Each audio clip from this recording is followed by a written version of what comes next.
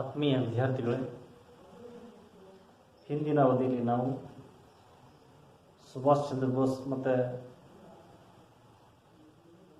Doctor Baba Saheb Ambedkar ಅವರ ಬಗ್ಗೆ ತಿಳಿದುಕೊಂಡಿದ್ವಿ. ಇವರು ಹೇಗೆ ಈ ದೇಶದ ಸ್ವಾತಂತ್ರ್ಯ ಹೋರಾಟದಲ್ಲಿ ಮತ್ತು ಈ ದೇಶದ ಒಂದು ಅಭಿವೃದ್ಧಿಯಲ್ಲಿ ಹೇಗೆ ತಮ್ಮನ್ನು ತಾವು ತೊಡಗಿಸಿಕೊಂಡಿರತಕ್ಕಂಥ ವಿಚಾರವನ್ನು ನಾವು ನಿಮ್ಮೊಡನೆ ಚರ್ಚೆಯನ್ನು ಮಾಡಿದ್ವಿ.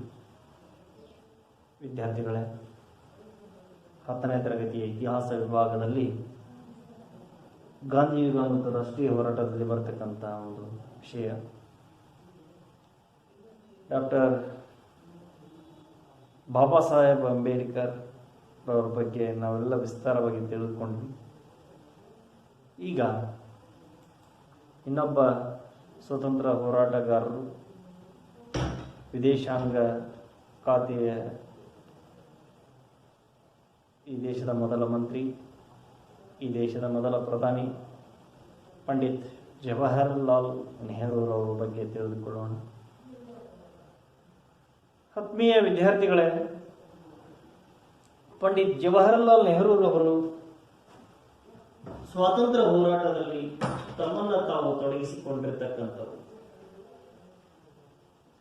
ಜವಾಹರ್ಲಾಲ್ ನೆಹರೂರವರ ಕುಟುಂಬದಲ್ಲಿ ತಂದೆನೂ ಸ್ವಾತಂತ್ರ್ಯ ಹೋರಾಟಗಾರರು, ಜವಾಹರ್ಲಾಲ್ ನೆಹರೂರವರು ಸ್ವಾತಂತ್ರ್ಯ ಹೋರಾಟಗಾರರು. ಇವರು ಜವಾಹರ್ಲಾಲ್ ನೆಹರೂರವರು ತಂದೆ ಮೋತಿಲಾಲ್ ನೆಹರು. ಜವಾಹರ್ಲಾಲ್ ನೆಹರೂರವರು ಈ ದೇಶದ ಸ್ವಾತಂತ್ರ್ಯ ಹೋರಾಟದಲ್ಲಿ ಮೊದಲಿಗೆ ಹೇಗೆ ಪದಾರ್ಪಣೆ ಮಾಡಿದರು ಅಂತಕ್ಕಂಥದ್ದನ್ನು ನೋಡಿದಾಗ, ಹೋಮ್ ರೂಲ್ ಚಳವಳಿಯೊಂದಿಗೆ ಸ್ವಾತಂತ್ರ್ಯ ಹೋರಾಟದಲ್ಲಿ ಇವರು ಭಾಗವಹಿಸ್ತಾರೆ. 1929ರಲ್ಲಿ ಜವಾಹರ್ಲಾಲ್ ನೆಹರೂರವರು ರಾಷ್ಟ್ರೀಯ ಕಾಂಗ್ರೆಸ್ಸಿನ ಲಾಹೋರ್ ಅಧಿವೇಶನದಲ್ಲಿ ಅಧ್ಯಕ್ಷರಾಗ್ತಾರೆ. 1929ರಲ್ಲಿ ಲಾಹೋರ್ ಅಧಿವೇಶನದಲ್ಲಿ ಕಾಂಗ್ರೆಸ್ಸಿನ ಅಧ್ಯಕ್ಷರಾಗ್ತಾರೆ. ಈ ಅಧಿವೇಶನದಲ್ಲಿ ಸಂಪೂರ್ಣ ಸ್ವರಾಜ್ಯದ ಗುರಿಯನ್ನ ಘೋಷಣೆ ಮಾಡ್ತಾರೆ. ಸಂಪೂರ್ಣ ಸ್ವರಾಜ್ಯದ ಗುರಿಯನ್ನು ಲಾಹೋರ್ ಅಧಿವೇಶನ. ಈ ದೇಶಕ್ಕೆ ಪೂರ್ಣ ಪ್ರಮಾಣದ ಸ್ವಾತಂತ್ರ್ಯವನ್ನು ತಂದುಕೊಡಬೇಕು, ಆ ನಿಟ್ಟಿನಲ್ಲಿ ನಾವೆಲ್ಲ ಹೋರಾಟವನ್ನು ಮಾಡಬೇಕು, ಇವತ್ತಿಂದಲೇ ಪ್ರಾರಂಭ ಆಗಬೇಕು ಅಂತಕ್ಕಂಥದ್ದು ಜವಾಹರ್ಲಾಲ್ ನೆಹರೂರವರ ಒಂದು ವಿಚಾರ. ನೆಹರೂರವರ ಚಿಂತನೆಗಳು ರಾಜಕೀಯ ಚಟುವಟಿಕೆಗಳಿಗೆ ಹೊಸ ತಿರುವನ್ನು ತಂದುಕೊಡ್ತವೆ. ನೆಹರೂರವರ ಚಿಂತನೆಗಳು ರಾಜಕೀಯ ಚಟುವಟಿಕೆಗಳಿಗೆ ಹೊಸ ತಿರುವನ್ನು ತಂದುಕೊಡ್ತವು. ನೆಹರೂರವರು ಕಮ್ಯುನಿಸ್ಟರ ಸಿದ್ಧಾಂತಗಳಿಂದ ಪ್ರಭಾವ ಹೊಂದಿರ್ತಾರೆ. ನೆಹರೂರವರು ಕಮ್ಯುನಿಸ್ಟರ ಸಿದ್ಧಾಂತಗಳಿಂದ ಏನಾಗಿರ್ತಾರೆ ಅಂದರೆ ಬಹಳಷ್ಟು ಪ್ರಭಾವವನ್ನು ಹೊಂದಿರ್ತಾರೆ. ಇದರ ಫಲವಾಗಿ 1934ರಲ್ಲಿ ಕಾಂಗ್ರೆಸ್ ಸಮಾಜವಾದಿ ಪಕ್ಷವನ್ನು ಕಟ್ತಾರೆ. ಕಾಂಗ್ರೆಸ್ ಸಮಾಜವಾದಿ ಪಕ್ಷವನ್ನು ಯಾರ್ಯಾರು ಕಟ್ಟಿದ್ರು ಅಂತ ಹಿಂದಿನ ಅವಧಿಯಲ್ಲಿ ಹೇಳಿದೆ ನಾನು. ಇವ್ರ ಜೊತೆಗೆ ಸುಭಾಷ್ ಚಂದ್ರ ಬೋಸ್ರು ಸೇರಿಕೊಂಡಿರ್ತಾರೆ. ಸ್ವಲ್ಪ ಇವರಿಗೆ ಕಮ್ಯುನಿಸ್ಟ್ ಸಿದ್ಧಾಂತಗಳು ಇವರಿಗೆ ಬಹಳ ಹತ್ತಿರ. ಜವಾಹರ್ಲಾಲ್ ನೆಹರೂರವರು ಆ ಕಮ್ಯುನಿಸ್ಟ್ ಸಿದ್ಧಾಂತದ ಪ್ರಭಾವದಿಂದಾಗಿ ಏನಾದರೂ ಅಂದರೆ 1934ರಲ್ಲಿ ಕಾಂಗ್ರೆಸ್ ಸಮಾಜವಾದಿ ಪಕ್ಷವನ್ನು ಸ್ಥಾಪನೆ ಮಾಡ್ತಾರೆ. ಯಾವುದನ್ನ? ಕಾಂಗ್ರೆಸ್ ಸಮಾಜವಾದಿ ಪಕ್ಷವನ್ನು ಸ್ಥಾಪನೆ ಮಾಡ್ತಾರೆ. ಭಾರತೀಯ ರಾಷ್ಟ್ರೀಯ ಕಾಂಗ್ರೆಸ್ಸಿನ 49ನೇ ಅಧಿವೇಶನದ ಅಧ್ಯಕ್ಷರಾಗಿರ್ತಾರೆ. ಭಾರತೀಯ ರಾಷ್ಟ್ರೀಯ ಕಾಂಗ್ರೆಸ್ಸಿನ 49ನೇ ಅಧಿವೇಶನದ ಅಧ್ಯಕ್ಷರಾಗಿರ್ತಾರೆ ಜವಾಹರ್ಲಾಲ್ ನೆಹರೂರವರು. ಮುಂದೆ ಕೈಗಾರಿಕೀಕರಣ ಮತ್ತು ನವಭಾರತದ ಶಿಲ್ಪಿಯಾಗಿ ಭಾರತದ ಮೊದಲ ಪ್ರಧಾನಮಂತ್ರಿಯಾಗಿ ನೆಹರೂರವರನ್ನು ಆಯ್ಕೆ ಮಾಡ್ತಾರೆ. ಈ ದೇಶದಲ್ಲಿ ಕೈಗಾರಿಕೆಗಳನ್ನು ಬೆಳೆಸಬೇಕು, ನವಭಾರತವನ್ನು ಕಟ್ಟಬೇಕು. ಸುಮಾರು 200 ವರ್ಷಗಳ ಕಾಲ ಕೊಳ್ಳೆ ಹೊಡೆದಿರತಕ್ಕಂಥ ಬ್ರಿಟಿಷರು ಈ ದೇಶವನ್ನು ಎಲ್ಲ ಸಂಪತ್ತನ್ನು ಲೂಟಿ ಮಾಡಿಬಿಟ್ರು. ಲೂಟಿ ಮಾಡಿ ಹೋಗಿರ್ತಕ್ಕಂಥ ಕೊಳ್ಳೆ ಹೊಡೆದ ಸಾಮ್ರಾಜ್ಯದಲ್ಲಿ ಒಂದು ಭವ್ಯವಾದ ಸಾಮ್ರಾಜ್ಯವನ್ನು ಕಟ್ಟಬೇಕು ಅಂತಕ್ಕಂಥದ್ದು ನೆಹರೂರವರ ಆಶೆಯಾಗಿರುತ್ತೆ. ಅವರ ಆಶೆಯಂತೆ ಈ ದೇಶದ ಮೊದಲ ಪ್ರಧಾನಿಯನ್ನಾಗಿ ಜವಾಹರಲಾಲ್ ನೆಹರೂರವರನ್ನ ಆಯ್ಕೆ ಮಾಡ್ತಾರೆ.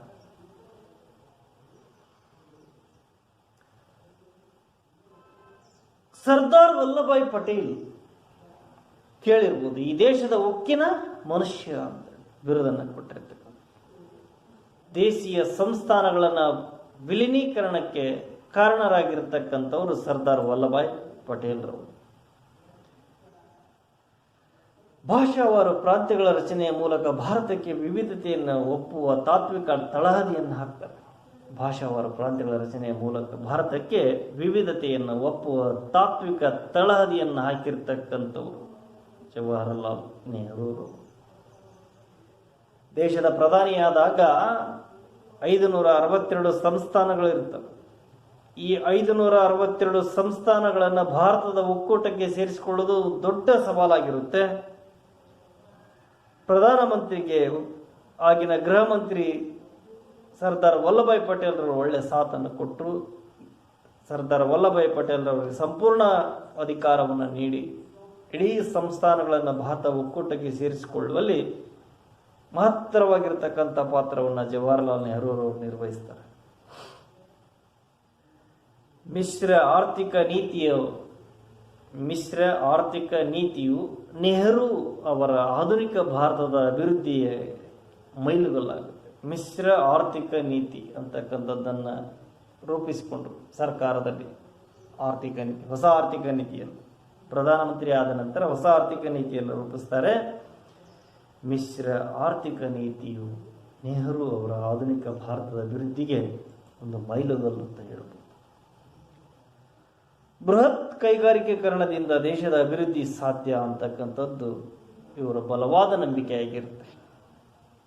ನಾವೇನಾದರೂ ಈ ದೇಶವನ್ನು ಅಭಿವೃದ್ಧಿಪಡಿಸಬೇಕು ಅಂತಂದರೆ ಈ ದೇಶದಲ್ಲಿ ದೊಡ್ಡ ಪ್ರಮಾಣದ ಕೈಗಾರಿಕೆಗಳ ಸ್ಥಾಪನೆ ಅಗಾಧ ಪ್ರಮಾಣದಲ್ಲಿ ದೇಶದ ಎಲ್ಲ ಕಡೆಗಳಲ್ಲೂ ಏನಾಗಬೇಕು ಅಂದ್ರೆ ಕೈಗಾರಿಕೆಗಳ ಸ್ಥಾಪನೆ ಆಗಬೇಕು ಅಂತಕ್ಕಂಥದ್ದು ಇವರ ಉದ್ದೇಶ ಆಗಿರುತ್ತೆ. ಹಾಗಾಗಿ ಜವಾಹರಲಾಲ್ ನೆಹರೂರವರು ಸ್ವಾತಂತ್ರ್ಯ ನಂತರ ಪಂಚವಾರ್ಷಿಕ ಯೋಜನೆಗಳ ಮೂಲಕ ದೇಶದ ಅಭಿವೃದ್ಧಿಯ ಕನಸನ್ನು ಕಾಣ್ತಾರೆ. ಪಂಚವಾರ್ಷಿಕ ಯೋಜನೆಗಳನ್ನು ಜಾರಿಗೆ ತರ್ತಾರೆ. 5 ವರ್ಷದ ಯೋಜನೆಗಳನ್ನು ಹಾಕಿಕೊಂಡು ಅದರ ಮೂಲಕ ದೇಶದ ಕೈಗಾರಿಕೆಯನ್ನು ಅಭಿವೃದ್ಧಿಪಡಿಸಬೇಕು. ವಿಶ್ವದಲ್ಲಿ ಭಾರತವನ್ನು ಒಂದು ಆರ್ಥಿಕವಾಗಿ ಪ್ರಬಲ ರಾಷ್ಟ್ರವನ್ನಾಗಿ ಮಾಡಬೇಕು ಅಂತಕ್ಕಂಥ ಆಸೆಯನ್ನು ಹೊಂದಿರ್ತಾರೆ ನೆಹರೂರವರು. ರಷ್ಯಾ ದೇಶದಲ್ಲಿ ಮೊದಲ ಬಾರಿಗೆ ಈ ಪಂಚವಾರ್ಷಿಕ ಯೋಜನೆಗಳು ಪ್ರಾರಂಭಗೊಂಡಿರುತ್ತೆ. ರಷ್ಯಾ ದೇಶದ ಪಂಚವಾರ್ಷಿಕ ಯೋಜನೆಗಳನ್ನು ಅದರ ಮಾದರಿಯಲ್ಲೇ ಭಾರತದಲ್ಲಿ ಪಂಚವಾರ್ಷಿಕ ಯೋಜನೆಗಳನ್ನು ಪ್ರಾರಂಭ ಮಾಡಿದೆ. ಭಾರತ ದೇಶ ಅಣುಶಕ್ತಿಯನ್ನು ಹೊಂದಬೇಕೆನ್ನುವಂತಹ ಒಂದು ಮಹದಾಶೆಯನ್ನ ಯಾರು ಅಂತಂದ್ರೆ ಡಾಕ್ಟರ್ ಹೋಮಿ ಜಹಾಂಗೀರ್ ಬಾಬಾ ಅವರು ಹೊಂದಿರ್ತಾರೆ. ಅವರ ಆಶೆ, ಇವರ ಸಹಕಾರ, ಇವೆರಡರಿಂದ ಅಣುಶಕ್ತಿ ಉತ್ಪಾದನೆಗೆ ಭದ್ರ ತಳಹದಿಯನ್ನು ನೆಹರೂರವರು ಹೋಮಿ ಜಹಾಂಗೀರ್ ಬಾಬಾರ ನೇತೃತ್ವದಲ್ಲಿ ಭಾರತದಲ್ಲಿ ಒಂದು ಭದ್ರ ತಳಪಾಯವನ್ನು ಹಾಕ್ತಾರೆ. ಭಾರತದ ಅಣುಶಕ್ತಿ ಉತ್ಪಾದನೆ, ಅಣುಶಕ್ತಿಯನ್ನು ಹೊಂದುವಲ್ಲಿ, ಅಣುಶಕ್ತಿಯನ್ನು ಬಳಕೆಯಲ್ಲಿ ಭಾರತನೂ ಹಿಂದೆ ಬಿಡಬಾರದು ಅಂತಕ್ಕಂಥದ್ದು ಇವರೆಲ್ಲರ ಉದ್ದೇಶ ಆಗಿರುತ್ತೆ. ವಿದೇಶಾಂಗ ನೀತಿಗೆ ಸಂಬಂಧಿಸಿದಂತೆ ಭಾರತದ ವಿದೇಶಾಂಗ ನೀತಿಯ ಶಿಲ್ಪಿ ಅಂತ ಕರೀತಾರೆ ಇವರನ್ನು. ಅಲಿಪ್ತ ನೀತಿಯನ್ನು ಪ್ರತಿಪಾದಿಸ್ತಾರೆ. ಜಗತ್ತು 2 ಬಣಗಳಾಗಿ ರೂಪುಗೊಂಡಾಗ, ಒಂದು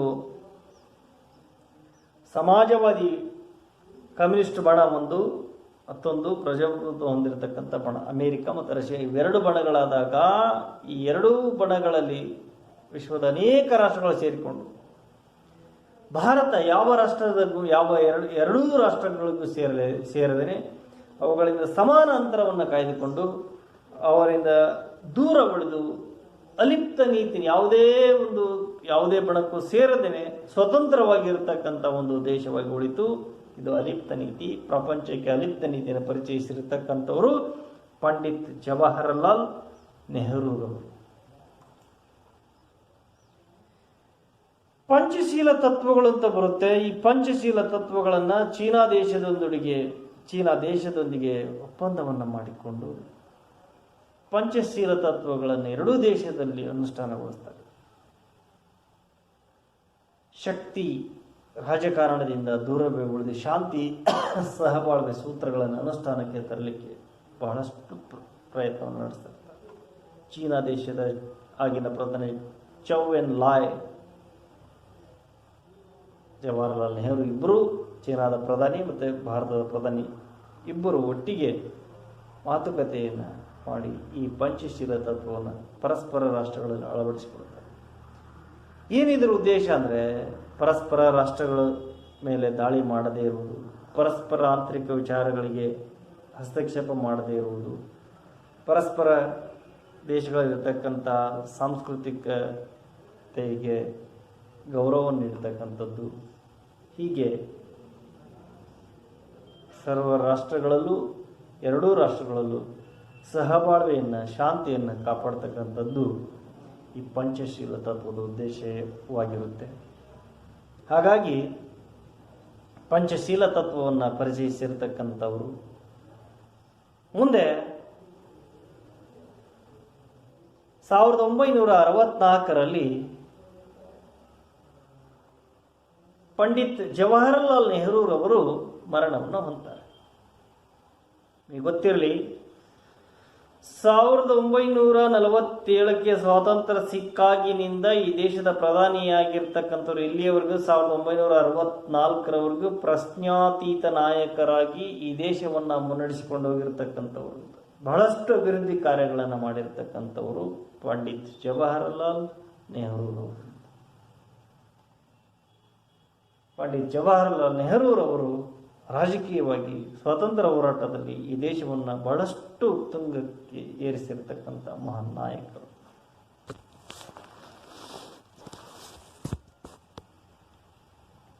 ಇವರ ಬಗ್ಗೆ ಸಾಕಷ್ಟು ಮಾಹಿತಿಯನ್ನು ನಾವು ಈ ಹಿಂದೆನೂ ತಿಳಿದುಕೊಂಡಿದ್ದೀವಿ, ಅನೇಕ ಬಾರಿ ಹೇಳಿದ್ದಾರೆ.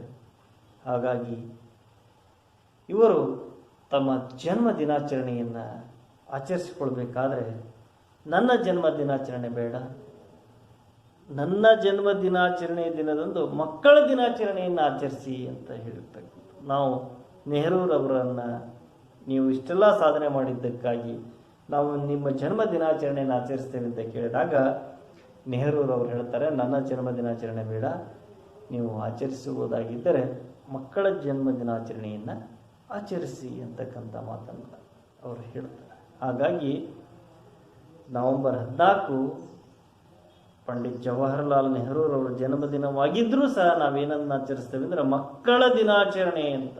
ಯಾಕಂದರೆ ಮಕ್ಕಳು ಅಂದರೆ ಬಹಳಷ್ಟು ಪ್ರೀತಿ ಜವಾಹರ್ಲಾಲ್ ನೆಹರೂರವರಿಗೆ, ಮಕ್ಕಳು ಅಂದರೆ ಬಹಳಷ್ಟು ಪ್ರೀತಿ. ಹಾಗಾಗಿ ಮಕ್ಕಳ ದಿನಾಚರಣೆಯನ್ನು ಜವಾಹರ್ಲಾಲ್ ನೆಹರೂರವರ ಜನ್ಮ ದಿನಾಚರಣೆಯಿಂದ ಆಚರಿಸ್ತೇವೆ. ಇಷ್ಟು ಹೇಳ್ತಾ ಜವಾಹರ್ಲಾಲ್ ನೆಹರೂರವರ ಬಗ್ಗೆ ಇರ್ತಕ್ಕಂಥ ಮಾಹಿತಿಯನ್ನು ನಾನು ನಿಮಗೆ ತಿಳಿಸಿಕೊಟ್ಟಿದ್ದೀನಿ. ಇದಾದ ಮೇಲೆ ಬರತಕ್ಕಂಥದ್ದು ಮೊಹಮ್ಮದ್ ಅಲಿ ಜಿನ್ನಾ. ಮೊಹಮ್ಮದ್ ಅಲಿ ಜಿನ್ನಾ ಆತ್ಮೀಯ ವಿದ್ಯಾರ್ಥಿಗಳೇ, 1947 ಆಗಸ್ಟ್ 15ಕ್ಕಿಂತ ಮುಂಚೆ ಮೊಹಮ್ಮದ್ ಅಲಿ ಜಿನ್ನಾ ಭಾರತದವರೇ. ಯಾಕೆ ಅವರು ಭಾರತದವರಾಗಿದ್ದರು, ಈಗ ಯಾಕೆ ಅವರು ಭಾರತದವರ ಆಗಿಲ್ಲ ಅಂತಕ್ಕಂಥ ಮಾತನ್ನು ನಾನು ಹೇಳಲೇಬೇಕು. ಮುಸ್ಲಿಂ ಲೀಗನ್ನ ನೇತೃತ್ವವನ್ನು ಮುಖಂಡತ್ವವನ್ನು ವಹಿಸಿಕೊಂಡಿರ್ತಕ್ಕಂಥವ್ರು ಮೊಹಮ್ಮದ್ ಅಲಿ ಜಿನ್ನಾ ಮತ್ತು ಅವರ ಸಹೋದರ ಶೌಕತ್ ಅಲಿ ಜಿನ್ನಾ ಅಂತ. ಮೊಹಮ್ಮದ್ ಅಲಿ ಜಿನ್ನಾ 1906ರಲ್ಲಿ ಭಾರತೀಯ ರಾಷ್ಟ್ರೀಯ ಕಾಂಗ್ರೆಸ್ ಅನ್ನು ಸೇರ್ತಾರೆ. ಮೊಹಮ್ಮದ್ ಅಲಿ ಜಿನ್ನಾ 1906ರಲ್ಲಿ ಭಾರತೀಯ ರಾಷ್ಟ್ರೀಯ ಕಾಂಗ್ರೆಸ್ ಅನ್ನ ಸೇರ್ತಾರೆ. ದಾದಾಬಾಯಿ ನವರೋಜಿಯವರ ಖಾಸಗಿ ಕಾರ್ಯದರ್ಶಿಯಾಗಿ ಕೆಲಸವನ್ನು ನಿರ್ವಹಿಸ್ತಾರೆ. ಮೊಹಮ್ಮದ್ ಅಲಿ ಜಿನ್ನಾ ದಾದಾಬಾಯಿ ನವರೋಜಿಯವರ ಖಾಸಗಿ ಪರ್ಸನಲ್ ಸೆಕ್ರೆಟರಿ, ಖಾಸಗಿ ಕಾರ್ಯದರ್ಶಿಯಾಗಿ ಕೆಲಸವನ್ನು ನಿರ್ವಹಿಸಿರ್ತಕ್ಕಂಥವ್ರು.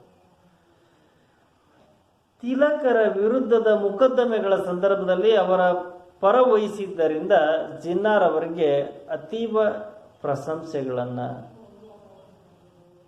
ನೀಡಿದ್ದಾರೆ. ಬಾಲಗಂಗಾಧರ ತಿಲಕರ ವಿರುದ್ಧದ ಮೊಕದ್ದಮೆಗಳ ಸಂದರ್ಭದಲ್ಲಿ ಅವರ ಪರ ವಹಿಸಿದ್ದರಿಂದ ಜಿನ್ನಾರ್ ಅವರಿಗೆ ತೀವ್ರ ಪ್ರಶಂಸೆಗಳನ್ನು ನೀಡಿದ್ದಾರೆ. 1916 ಅನೇಕ ಸಮಾವೇಶಗಳಲ್ಲಿ ಹಿಂದೂ ಮತ್ತು ಮಹಮ್ಮದೀಯರ ನಡುವಿನ ಏಕತೆಯ ಅಗತ್ಯವನ್ನು ತಿಳಿಸಿ ಬ್ರಿಟಿಷರ ಬಳುವಳಿಯನ್ನು ವಿರೋಧಿಸಿದರು. ಹಿಂದೂಗಳು ಮುಸ್ಲಿಮರು ಒಂದಾಗಬೇಕು, ಬ್ರಿಟಿಷರು ನೀಡುವಂಥ ಬಳುವಳಿಗಳನ್ನು ತಿರಸ್ಕಾರ ಮಾಡಬೇಕು ಅಂತಕ್ಕಂಥದ್ದು ಮೊಹಮ್ಮದ್ ಅಲಿ ಜಿನ್ನಾರ್ ಅವರ ಒಂದು ಘೋಷಣೆಯಾಗಿರುತ್ತೆ. ಅನೇಕ ಸಾರಿ ಭಾಷಣದ ಮುಖಾಂತರ ಇವುಗಳನ್ನು ಸಮಾವೇಶಗಳಲ್ಲಿ ಹೇಳಿದ್ದಾರೆ. ರೌಲತ್ ಕಾಯ್ದೆಯನ್ನು ವಿರೋಧಿಸಿ ತಮ್ಮ ಕೇಂದ್ರೀಯ ಶಾಸನ ಸಲಹಾ ಸಮಿತಿಗೆ ರಾಜೀನಾಮೆಯನ್ನು ಕೊಟ್ಟಿರ್ತಕ್ಕಂಥವರು ಮೊಹಮ್ಮದ್ ಅಲಿ ಜಿನ್ನಾ.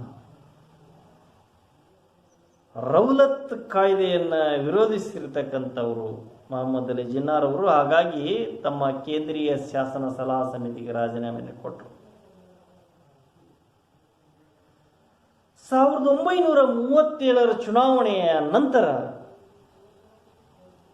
1937 ಚುನಾವಣೆಯ ನಂತರ ಕಾಂಗ್ರೆಸ್ ಮತ್ತೆ ಮುಸ್ಲಿಂ ಲೀಗ್ ಸಮ್ಮಿಶ್ರ ಸರ್ಕಾರವನ್ನು ರೂಪಿಸಲು ವಿಫಲವಾದಾಗ ಜಿನ್ನಾ ತನ್ನ ಕಾರ್ಯತಂತ್ರವನ್ನು ಬದಲಾಯಿಸಿಕೊಂಡರು.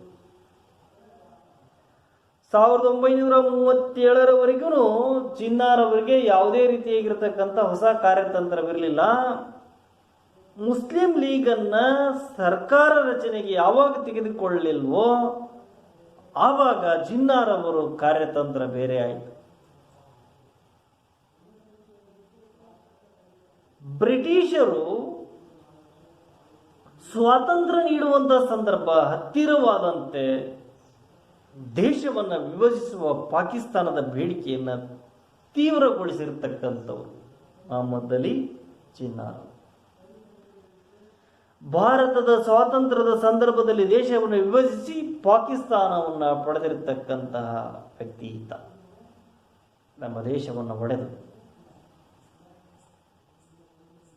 ನೋಡಿ, 1937 ಸರ್ಕಾರ ರಚನೆ ಮಾಡಬೇಕಾದ್ರೆ ಮುಸ್ಲಿಂ ಲೀಗನ್ನು ಹೊರಗಿಡ್ತಾರೆ. ಮುಸ್ಲಿಂ ಲೀಗ್ ಮತ್ತೆ ಕಾಂಗ್ರೆಸ್ ಸಮ್ಮಿಶ್ರವಾಗಿ ಸರ್ಕಾರ ರಚನೆ ಮಾಡಬೇಕಾಗಿತ್ತು. ಆದರೆ ಕಾಂಗ್ರೆಸ್ ಏನು ಮಾಡ್ತಾನೆ, ಮುಸ್ಲಿಂ ಲೀಗನ್ನು ಹೊರಗಿಟ್ಬಿಡ್ತು. ಇದರ ಪರಿಣಾಮವಾಗಿ ಮೊಹಮ್ಮದ್ ಅಲಿ ಜಿನ್ನಾರ ಮನಸ್ಸಲ್ಲಿ ತನ್ನ ಕಾರ್ಯತಂತ್ರವನ್ನು ಬದಲಾಯಿಸಿಕೊಳ್ತಾರೆ. ಹಾಗಾಗಿ ಇವರು ಅವತ್ತೇ ತೀರ್ಮಾನ ಮಾಡಿಕೊಂಡ್ರು, ನಾವು ಪಾಕಿಸ್ತಾನ ಅಂತಕ್ಕಂಥ ಬೇಡಿಕೆಯನ್ನು ಇಡಬೇಕು ಅಂತ ಹೇಳಿ.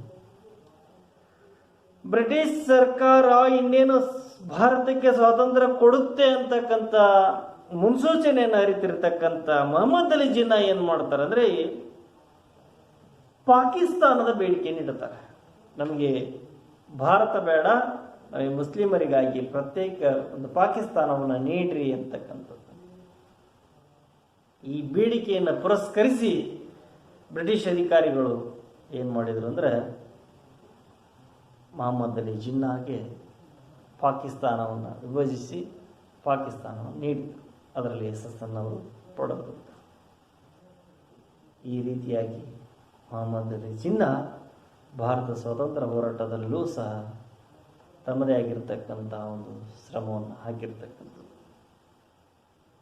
ಇದಾದ ಮೇಲೆ ಬರ್ತಕ್ಕಂಥದ್ದು ಯಾವುದು ಅಂದರೆ ಭಾರತದ ವಿಭಜನೆ ಅಂತ ಬರುತ್ತೆ. ಭಾರತದ ವಿಭಜನೆ ಸ್ವಾತಂತ್ರ್ಯ ಚಳವಳಿಯ ಉದ್ದಕ್ಕೂ ಭಾರತೀಯ ರಾಷ್ಟ್ರೀಯ ಕಾಂಗ್ರೆಸ್ ಅಖಂಡ ರಾಷ್ಟ್ರದ ಕಲ್ಪನೆಯನ್ನು ಹೊಂದಿರುತ್ತದೆ. ಸ್ವಾತಂತ್ರ್ಯ ಚಳವಳಿಯ ಪ್ರಾರಂಭವಾದಾಗಿನಿಂದಲೂ ಭಾರತ ಭವ್ಯ, ಭಾರತ ಅಖಂಡವಾಗಿರಬೇಕು, ಭಾರತ ಅಖಂಡವಾಗಿರಬೇಕು, ದೇಶ ದೊಡ್ಡದಾಗಿ ಇರಬೇಕು ಅಂತಕ್ಕಂಥ ಆಸೆಯನ್ನು ಹೊಂದಿರುತ್ತೆ. ಆದರೆ ಮೊಹಮ್ಮದ್ ಅಲಿ ಜಿನ್ನಾ ಅವರು ಮುಸ್ಲಿಮರಿಗೆ ಪ್ರತ್ಯೇಕ ರಾಷ್ಟ್ರದ ಬೇಡಿಕೆಯನ್ನು ಮಂಡಿಸುತ್ತಲೇ ಇರ್ತಾರೆ. ಮೊಹಮ್ಮದ್ ಅಲಿ ಜಿನ್ನಾರ್ ಅವರು ಏನು ಮಾಡ್ತಿರ್ತಾರೆ ಅಂದರೆ ನಮಗೆ ಪ್ರತ್ಯೇಕ ರಾಷ್ಟ್ರ ಬೇಕು, ನಾವು ಭಾರತದೊಂದಿಗೆ ಇರೋಲ್ಲ, ನಾವು ಭಾರತದಿಂದ ಹೊರಗಿರ್ತೇವೆ, ನಮಗಾಗಿನ ಸಪ್ರೇಟ್ ಮುಸ್ಲಿಮರಿಗಾಗಿ ಪ್ರತ್ಯೇಕ ಒಂದು ರಾಷ್ಟ್ರವನ್ನು ಕೊಡ್ರಿ, ಭಾರತವನ್ನು ಇಬ್ಬಾಗ ಮಾಡ್ರಿ, ಈ ಬೇಡಿಕೆಯನ್ನು ಪದೇ ಪದೇ ಪದೇ ಪದೇ ಬ್ರಿಟಿಷ್ ವೈಸ್ರಾಯರ ಹತ್ರಗೆ ಇವರು ಮಂಡಿಸ್ತಾನೆ ಇರ್ತಾರೆ. 1940ರಲ್ಲಿ ನಡೆದ ಮುಸ್ಲಿಂ ಲೀಗ್ನ ಲಾಹೋರ್ ಅಧಿವೇಶನದಲ್ಲಿ ಜಿನ್ನಾ ಹಿಂದೂ ಮತ್ತು ಮುಸ್ಲಿಮರು ಒಂದೇ ದೇಶವಾಗಲು ಸಾಧ್ಯವೇ ಇಲ್ಲ ಅಂತಕ್ಕಂಥ ಘೋಷಣೆಯನ್ನು ಕೂಗಿಬಿಡುತ್ತಾರೆ. 1940ರಲ್ಲಿ ಲಾಹೋರ್ನಲ್ಲಿ ಏನು ಮಾಡ್ತಾರೆ ಅಂದರೆ ಅಧಿವೇಶನ, ಮುಸ್ಲಿಂ ಲೀಗ್ನ ಲಾಹೋರ್ ಅಧಿವೇಶನ ನಡೆಯುತ್ತೆ. ಈ ಅಧಿವೇಶನದಲ್ಲಿ ಘೋಷಣೆಯನ್ನು ಕೂಗಿಬಿಟ್ರು, ಹಿಂದೂ ಮತ್ತೆ ಮುಸ್ಲಿಮರು ಒಂದು ದೇಶವಾಗಲಿಕ್ಕೆ ಸಾಧ್ಯವಿಲ್ಲ, ಮುಸ್ಲಿಮರಿಗಾಗಿ ಪ್ರತ್ಯೇಕ ರಾಷ್ಟ್ರ ಬೇಕೇ ಬೇಕು ಅಂತಕ್ಕಂಥ ಘೋಷಣೆಯನ್ನು ಅಧಿವೇಶನದಲ್ಲಿ ಒಕ್ಕೋರಲಿನಿಂದ ಕೂಗಿಬಿಡುತ್ತಾರೆ. ಎರಡನೇ ಮಹಾಯುದ್ಧ ಮುಗಿದ ಬ್ರಿಟನ್ನಲ್ಲಿ ಲೇಬರ್ ಪಕ್ಷ ಅಧಿಕಾರಕ್ಕೆ ಬಂತು. ಭಾರತದಲ್ಲಿ ರಾಜಕೀಯ ಬಿಕ್ಕಟ್ಟನ್ನು ಶಮನಗೊಳಿಸಲು ಕ್ರಮ ಕೈಗೊಳ್ಳಲಿಕ್ಕೆ ತೀರ್ಮಾನವನ್ನು ಮಾಡಿತು. ಬ್ರಿಟಿಷ್ ಸರ್ಕಾರ ಭಾರತಕ್ಕೆ ಸ್ವಯಂ ಅಧಿಕಾರವನ್ನು ನೀಡುವ ಕುರಿತು ಚರ್ಚಿಸಲು ಕ್ಯಾಬಿನೆಟ್ ನಿಯೋಗವನ್ನು ಭಾರತಕ್ಕೆ ಕಳಿಸ್ತು. ಹೋಗ್ರಿ, ಭಾರತಕ್ಕೆ ಹೋಗಿ ಒಂದು ಕ್ಯಾಬಿನೆಟ್ ನಿಯೋಗವನ್ನು ಕಳಿಸ್ತು. ಸ್ವಯಂ ಅಧಿಕಾರ ಹೇಗೆ ನೀಡಬಹುದು, ಹೇಗೆ ನೀಡಬಹುದು ಮುಂದಿನ ನಡಾವಳಿಗಳನ್ನು ಚರ್ಚಿಸಲಿಕ್ಕೆ ಒಂದು ನಿಯೋಗವನ್ನು ಕಳಿಸ್ತು. ಅದು ಸ್ಟ್ಯಾಫೋರ್ಡ್ ಕ್ರಿಪ್ಸ್ ಅನ್ನೋ ನಿಯೋಗ. ಕ್ಯಾಬಿನೆಟ್ ನಿಯೋಗವು ಕಾಂಗ್ರೆಸ್ ಮತ್ತು ಮುಸ್ಲಿಂ ಲೀಗ್ನೊಂದಿಗೆ ಚರ್ಚಿಸಿ ಭಾರತಕ್ಕೆ ಫೆಡರಲ್ ಮಾದರಿ ಸರ್ಕಾರ ರಚನೆ, ಸಂವಿಧಾನ ರಚನಾ ಸಭೆ ಕರೆಯುವುದು ಮತ್ತು ಮಧ್ಯಂತರ ರಾಷ್ಟ್ರೀಯ ಸರ್ಕಾರವನ್ನು ಸ್ಥಾಪಿಸಲು ಶಿಫಾರಸನ್ನು ಮಾಡಿತು. ಸ್ಟ್ಯಾಫೋರ್ಡ್ ಕ್ರಿಪ್ಸ್ ಆಯೋಗ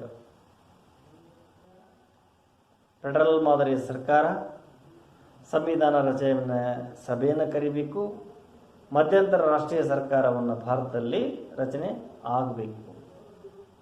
ಆದರೆ ಕಾಂಗ್ರೆಸ್ ಮತ್ತು ಮುಸ್ಲಿಂ ಲೀಗ್ ನಡುವೆ ಮಧ್ಯಂತರ ಸರ್ಕಾರ ರಚಿಸುವ ವಿಚಾರದಲ್ಲಿ ಮತ್ತೆ ಭಿನ್ನತೆ ಉಂಟಾಗುತ್ತೆ. ಈ ಸಂದರ್ಭದಲ್ಲಿ ಮುಸ್ಲಿಂ ಲೀಗ್ ಮುಸ್ಲಿಮರಿಗಾಗಿ ಪ್ರತ್ಯೇಕ ರಾಷ್ಟ್ರಕ್ಕಾಗಿ 1946 ಆಗಸ್ಟ್ 16ರಂದು ನೇರ ಕಾರ್ಯಾಚರಣೆ ದಿನಕ್ಕೆ ಕರೆಯನ್ನು ಕೊಡಿತು.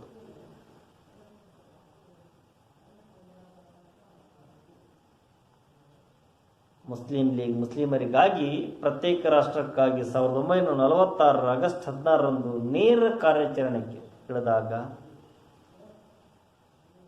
ನೇರ ಕಾರ್ಯಾಚರಣೆ ದಿನಕ್ಕೆ ಕರೆಯನ್ನು ಕೊಡುತ್ತೆ. ಇದರಿಂದ ದೇಶಾದ್ಯಂತ ಕೋಮುಗಲಭೆಗಳು ಉಂಟಾಗ್ತವು. ಸುಮಾರು ಎಷ್ಟೋ ಜನ ಆಹುತಿಯಾಗ್ತಾರೆ. ಕೋಮುಗಲಭೆ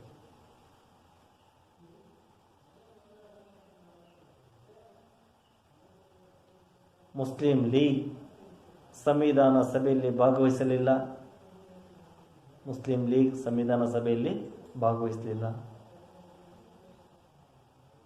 ಬ್ರಿಟಿಷರು ಹಾಕಿದ ವಿಭಜನೆಯ ಬೇರುಗಳು ದೇಶದ ವಿಭಜನೆಯಲ್ಲಿ ಪರ್ಯಾವಸನವಾಯಿತು. ಅವರು ಮನಸ್ಸುಗಳು ಕಂಡಿದ್ದ ಭಾರತವನ್ನು ಹೊಡಿಬೇಕು ಅಂತೇಳಿ, ಅದರಲ್ಲಿ ಅವರು ಸಹ ಯಶಸ್ವಿಯಾಗ್ತಾರೆ. ಭಾರತದ ವಿಭಜನೆ ಮುಂದೆ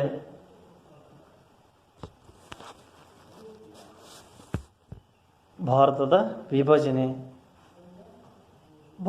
ವಿಭಜನೆ ಹೇಗಾಯಿತು, ವಿಭಜನೆ ಮಾಡಲಿಕ್ಕೆ ಯಾವ ಅಧಿಕಾರಿಯನ್ನು ಕಳಿಸಿದರು, ಇದೆಲ್ಲ ಅಂಶವನ್ನು ನಾವು ಮುಂದಿನ ಭಾಗದಲ್ಲಿ ತಿಳಿದುಕೊಳ್ಳೋಣ.